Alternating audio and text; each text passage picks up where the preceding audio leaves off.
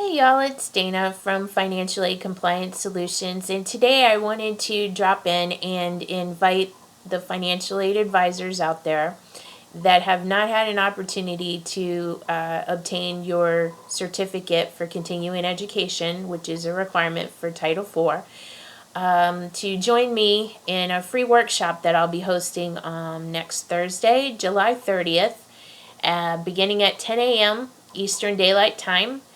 And we'll be going over the updates from the department regarding coronavirus. We'll be going over verification, some systems management tips on how to make sure your student files are organized and getting the aid in a timely manner rather than panicking at the last minute and trying to get the aid awarded and dispersed before their graduation. Also looking for some other tidbits that we can maybe share with one another on those systems management ideas. And then we'll do a little Q&A session. It'll probably be about 2.5 to 3 hours.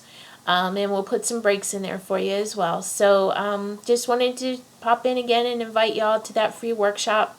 Again, it's Thursday, July 30th, beginning at 10 a.m. Eastern Daylight Time via Zoom.